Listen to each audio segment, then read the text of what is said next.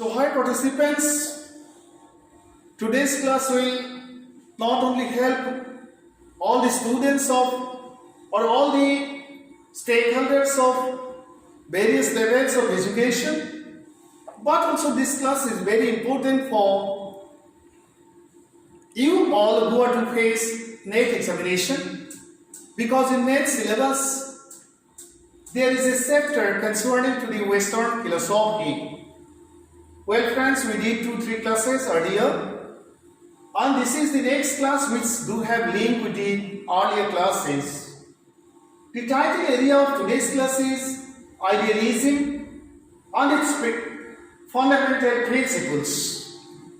Means what is idealism and what are the principles of idealism we are to discuss today. And for doing so, friends, we are to understand how this means branch of philosophy, Western philosophy, has contributed towards the field of modern education. We have to see it.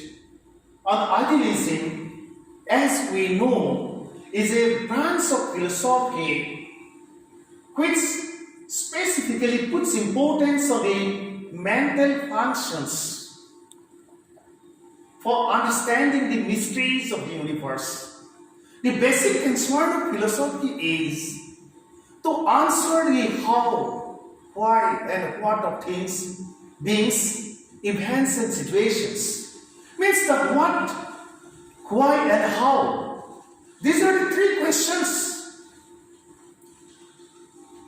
the answer of which basically help us find out the mysteries of different things, beings, situations, phenomena of this universe. And at the time of studying or going to study the realities for idealism, mental functions or mental exercises play a very important role. As a branch of philosophy, means as a branch of Western philosophy, idealism considers thought and consciousness as primary for the realization of realities. So friends, here in question may be put objective type of questions. Question: as a branch of philosophy, idealism considers thought and consciousness as primary for the realization of realities. Suppose many options are given. Suppose soul is given, power of soul, power of mind, thenceforth thought and consciousness. The question is like this: as a branch of philosophy, idealism considers as primary for the realization of realities. Options are suppose power of soul, power of mind, thought and consciousness. Then this will be the answer.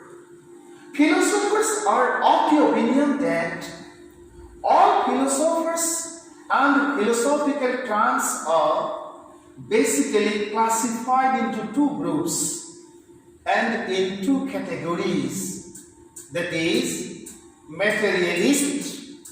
Here also question may be two categories, materialist and idealist, and materialism and idealism.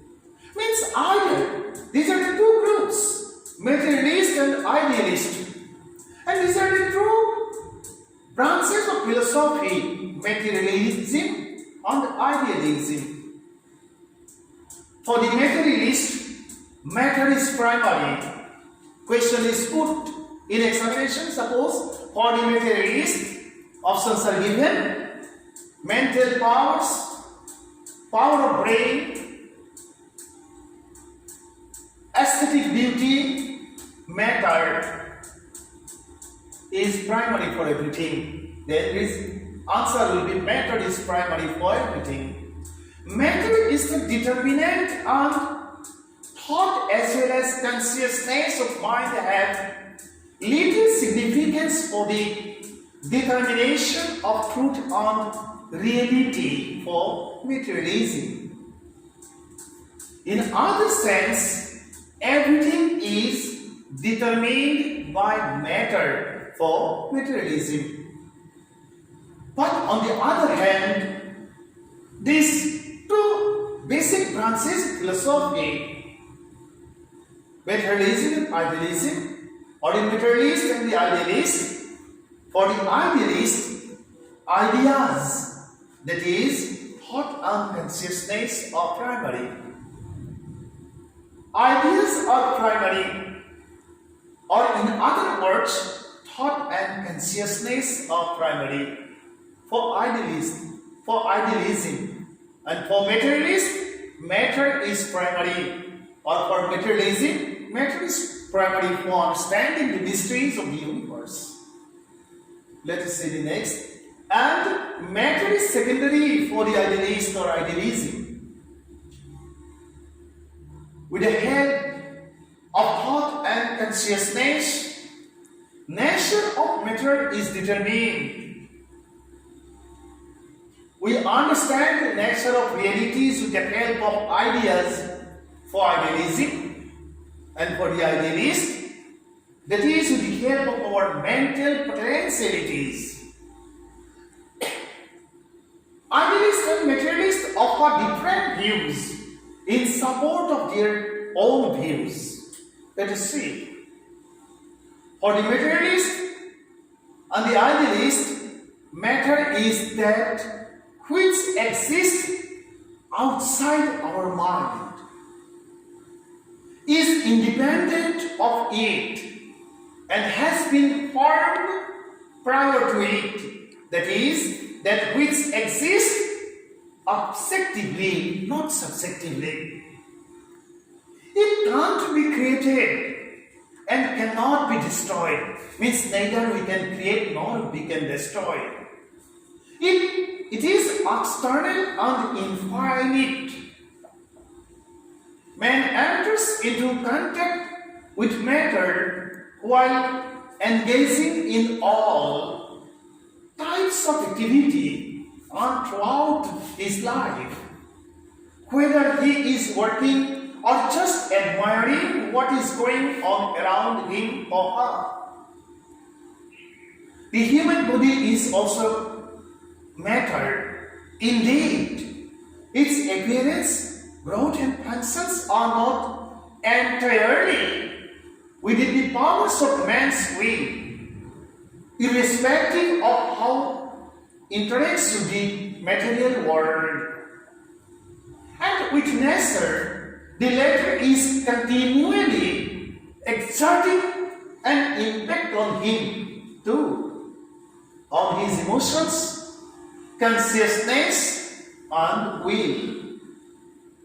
Therefore, not only the emergence of consciousness depends on matter, but its content too, for all man's knowledge has been derived from the surrounding world. Thenceforth, you see, friends, idealists treat the relationship between consciousness and matter differently. Means for the materialist, matter is important. For the idealist, ideas do have special significance. For them, nature and people as corporeal, natural beings are creations of a certain spirit, a realization of somebody's idea of a good or an evil will.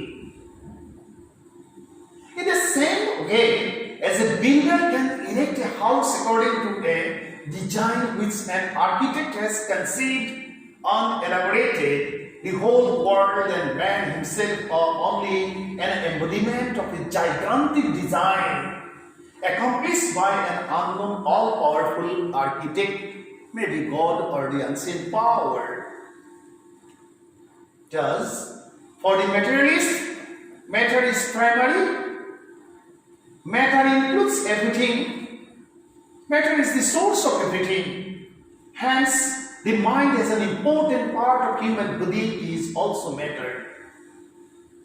Thought and consciousness, as idealists consider, or the idealism considers, as mental activities fall in the category of matter.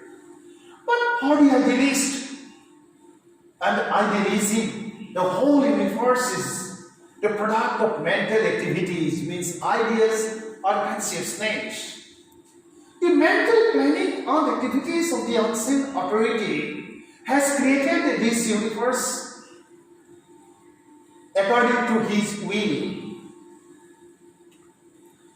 Philosophers have categorized, means we have come to know how these two groups, the materialist and the idealist, have, you see, explained the means of realization of the mysteries.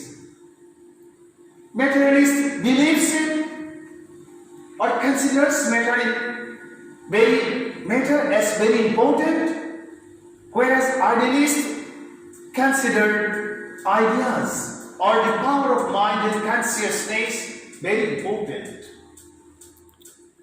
Now coming back to this part, we have seen that philosophers have categorized, means they have made categorized